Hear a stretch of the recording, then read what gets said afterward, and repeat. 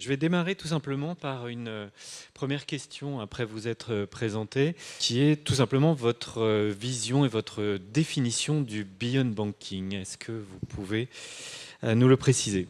Oui, merci. D'abord, bonjour à tous, bonjour à toutes.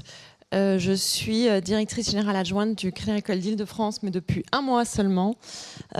Auparavant, j'étais dans le groupe Crédit Agricole à Casa, avec deux postes en charge de la stratégie d'une part et de la communication financière d'autre part.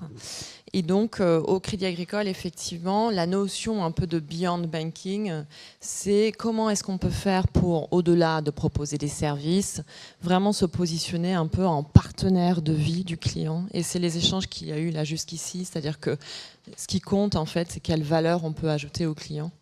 Quelle valeur ajoutée on peut apporter aux clients, pardon.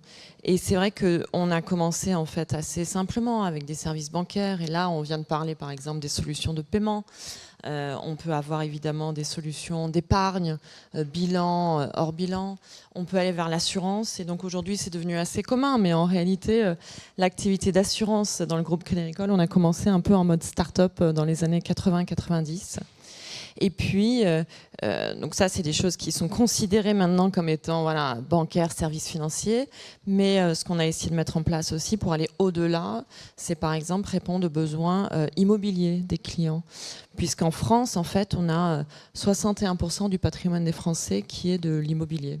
Donc dès lors qu'on se dit que notre raison d'être, c'est pas juste proposer des produits, mais vraiment de raisonner sur comment est-ce qu'on peut apporter finalement des solutions autour finalement du patrimoine à nos clients, ça peut embarquer aussi l'immobilier.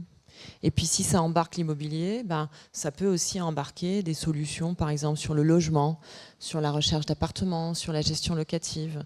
Donc il y a toute une dimension finalement qui peut aller au-delà, mais en restant évidemment dans un contexte justement d'étant partenaire du client sur ses besoins plutôt patrimoniaux.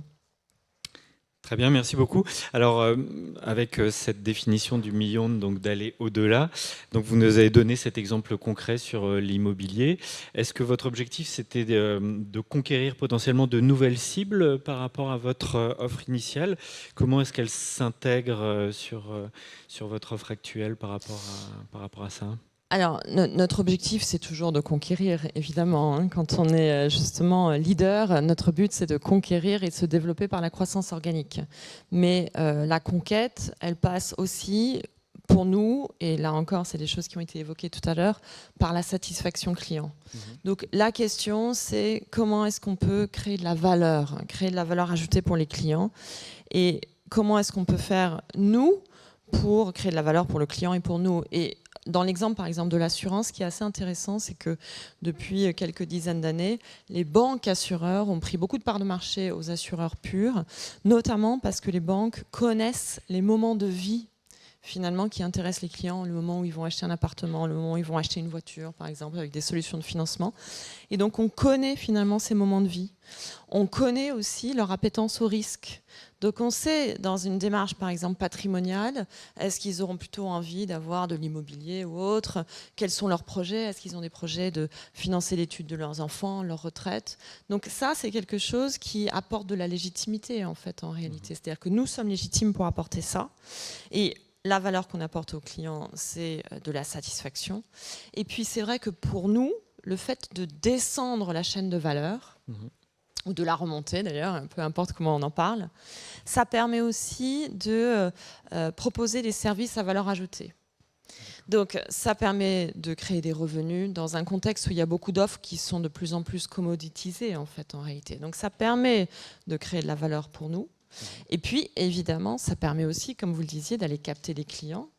Parce que si on va les capter sur les plateformes de logement ou autres, c'est aussi que dans une démarche affinitaire, on peut les ramener aussi vers nos produits cœurs. Voilà, donc il y a vraiment une démarche de création de valeur ajoutée pour nous et pour nos clients.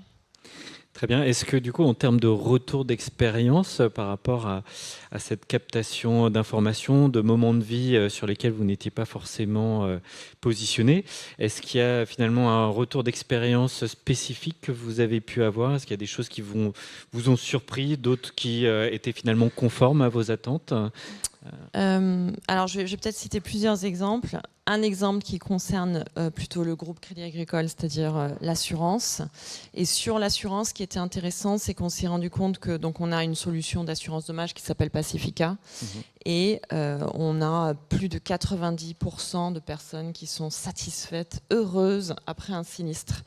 Ce qui est assez particulier quand on vient de vivre un sinistre, mais c'est grâce justement à un positionnement de Pacifica qui est résolument orienté client et satisfaction. Et pourquoi ? Parce que si on veut aller au-delà de nos services cœur, on doit, au Crédit Agricole en tout cas, notamment les caisses régionales, doivent s'assurer que le service proposé, il est de qualité, parce qu'on ne veut pas perdre notre client. Donc il y a une exigence très forte en matière de qualité, et ce qui fait que quelque part, on nourrit cette relation. Donc ça, c'est au niveau du groupe. Et puis, au niveau du Crédit Agricole d'Île-de-France, on a aussi lancé plusieurs initiatives en la matière pour aller au-delà du bancaire. Donc, par exemple, sur le logement. Je parlais du logement tout à l'heure. Et donc, on a mis en place un site qui s'appelle le Logement by Cadif et qui permet de proposer plein de solutions au-delà du bancaire. Par exemple, une solution de recherche de logement dans l'ancien. On a un outil qui s'appelle Gustave Bon Conseil, où on peut faire des chasses immobilières, on a des services partenaires. On peut même aller au-delà, on peut proposer des solutions en matière de rénovation énergétique. On pourra y revenir, si vous voulez, sur la dimension de transition énergétique. On propose des solutions de recherche de location. On a une plateforme de location.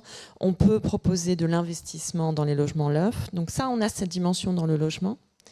Et puis, en matière de santé, parce que là encore, on peut aller encore au-delà au niveau des besoins et de l'évolution des usages, on a mis en place quelque chose qui s'appelle le label santé.